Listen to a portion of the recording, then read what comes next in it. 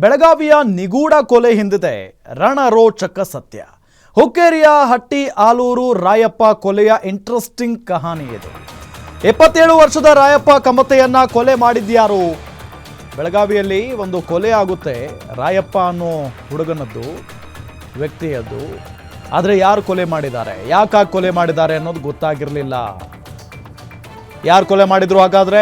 ಕುರಿಗಾಹಿ ರಾಯಪ್ಪ ಕಮತೆಯನ್ನ ಕೊಲೆ ಮಾಡಿದ್ಯಾರು? ಆ ಕೊಲೆ ಆಗಿದ್ದು ಹೇಗೆ? ಅಸಲಿಗೆ ಆರೋಪಿಯನ್ನ ಯಮಕನ ಮರಡಿ ಪೊಲೀಸರು ಸೆರೆ ಹಿಡಿದಿದ್ದು ಹೇಗೆ? ಗ್ಯಾರಂಟಿ ನ್ಯೂಸ್ನಲ್ಲಿ ಹಂತಕ ತಮ್ಮನ ಅರೆಸ್ಟ್ ಕುರಿತ ರೋಚಕ ಸ್ಟೋರಿ. ಬೆಳಗಾವಿಯ ನಿಗೂಢ ಕೊಲೆ ಹಿಂದಿದೆ ರಣರೋಚಕ ಸತ್ಯ. ಹುಕ್ಕೇರಿಯ ಹಟ್ಟಿ ಆಲೂರ ರಾಯಪ್ಪ ಕೊಲೆಯ ಇಂಟ್ರೆಸ್ಟಿಂಗ್ ಕಹಾನಿ. 27 ವರ್ಷದ ರಾಯಪ್ಪ ಕಮತೆಯನ್ನ ಕೊಲೆ ಮಾಡಿದ್ಯಾರು? ಯಾವ ಉದ್ದೇಶಕ್ಕಾಗಿ ಕೊಲೆ ಮಾಡಿದ್ರು? ಈ ರೀತಿಯಾದಂಥ ಪ್ರಶ್ನೆಗಳು ಸಹಜವಾಗಿ ಎಲ್ಲರನ್ನೂ ಕೂಡ ಕಾಡ್ತಾ ಇದ್ವು. ಆದರೆ ಬೆಳಗಾವಿಯ ಯಮಕನ ಮರಡಿ ಪೊಲೀಸರು ಆರೋಪಿಯನ್ನ ಸೆರೆ ಹಿಡಿದಿದ್ದಾರೆ. ಅಣ್ಣ ರಾಯಪ್ಪನನ್ನ ಕೊಲೆ ಮಾಡಿದ್ದೆ ತಮ್ಮ ಬಸವರಾಜ್ ಕಮತೆ ಅನ್ನೋದು ಗೊತ್ತಾಗಿದೆ. ಸ್ವಂತ ಅಣ್ಣನನ್ನ ಕೊಲೆ ಮಾಡಿದ್ದು ಬೇರೆ ಯಾರು ಅಲ್ಲ, ಸ್ವಂತ ತಮ್ಮ ಬಸವರಾಜ್. ಕೆಲಸ ಮಾಡುವಂತ ಬುದ್ಧಿ ಹೇಳಿದ್ದ ಅಣ್ಣ ಕುವೈತ್ನಲ್ಲಿ ಕೆಲಸ ಮಾಡಿ ಊರಿಗೆ ವಾಪಸ್ಸಾಗಿದ್ದ ಈ ಬಸವರಾಜ. ಕೆಲಸ ಮಾಡದೆ ಉಡಾಳಾಗಿದ್ದ. ಉಡಾಳ ಅಂತ ಅಂದರೆ ಬೀದಿ ಬೀದಿ ಸುತ್ತೋದು, ಕೆಲಸ ಇಲ್ಲದೆ ಒಬ್ಬನೇ ದುಡಿದು ಇಡೀ ಮನೆಯನ್ನ ಮೇಂಟೈನ್ ಮಾಡ್ತಾ ಇದ್ದ ಈ ರಾಯಪ್ಪ.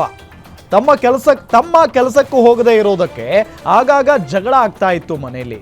ಇದರಿಂದ ಸಿಟ್ಟಿಗೆದ್ದಂಥ ತಮ್ಮ ಕುರಿ ಕಾಯ್ತಾ ಇದ್ದಂಥ ಅಣ್ಣನನ್ನ ಮರ್ಡರ್ ಮಾಡಿದ್ದಾನೆ. ಕಣ್ಣಿಗೆ ಖಾರದ ಪುಡಿ ಎರಚಿ ಕಲ್ಲಿನಿಂದ ಜಜ್ಜಿ ಬರ್ಬರುವಾಗಿ ಹತ್ಯೆ ಮಾಡಿದ್ದಾನೆ. ಕಾರಣ ಏನು? ಕೊಲೆ ಮಾಡಿದ್ದಕ್ಕೆ ಇಷ್ಟೇ ಕಾರಣ. ತಮ್ಮ ಕೆಲಸ ಮಾಡದೆ ಬೀದಿ ಕಾಮಣ್ಣನ ರೀತಿಯಲ್ಲಿ ಓಡಾಡ್ಕೊಂಡಿದ್ದನಂತೆ. ಮನೆ ಮಗ ಕೆಲಸ ಮಾಡದೆ ಬೀದಿ ಬೀದಿ ಓಡಾಡ್ತಾ ಇದ್ರೆ ಅಪ್ಪ ಅಮ್ಮ ಬೈಯಲ್ವಾ? ಅಣ್ಣ ಬೈಯಲ್ವಾ?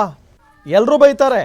ಅದೇ ರೀತಿಯಾಗಿ ರಾಯಪ್ಪ ಒಬ್ಬ ಅಣ್ಣನಾಗಿ ತಮ್ಮನನ್ನ ಬೈದಿದ್ದಾನೆ. ಯಾಕೆ ನಾಯಿ ಥರ ತಿರುಗ್ತಾ ಇದೆಯಾ, ಕೆಲಸಕ್ಕೆ ಹೋಗು ಅಂತ ಹೇಳಿ. ಅಷ್ಟಕ್ಕೇನೆ ಅಣ್ಣ ರಾಯಪ್ಪ ಕೆಲಸಕ್ಕೆ ಅಂದರೆ ಈ ಕುರಿ ಮೇಕೆಯನ್ನು ಸಾಕ್ತಾ ಇದ್ರಂತೆ ಇವರು. ಕುರಿ ಮೇಕೆ ಮೇಯಿಸೋದಕ್ಕಂತ ಹೋದಂಥ ಸಂದರ್ಭದಲ್ಲಿ ಆತನನ್ನು ಫಾಲೋ ಮಾಡ್ಕೊಂಡು ಹೋಗಿ ಆತನ ಕಣ್ಣಿಗೆ ಖಾರದ ಪುಡಿ ಎರಚಿ ಆತನನ್ನು ಬರ್ಬರವಾಗಿ ಕಲ್ಲಿನಿಂದ ಜಜ್ಜಿ ಸಾಯಿಸಿದಾನೆ ಈ ತಮ್ಮ. ಇಂಥವ್ರನ್ನ ತಮ್ಮ ಅಣ್ಣ ಅಂತ ಹೇಳೋದಕ್ಕೂ ಅಸಹ್ಯ ಆಗ್ಬಿಡುತ್ತೆ. ಅಣ್ಣ ತಮ್ಮಂದಿರ ಸಂಬಂಧ ಅರ್ಥನೇ ಬೇರೆ ಇದೆ.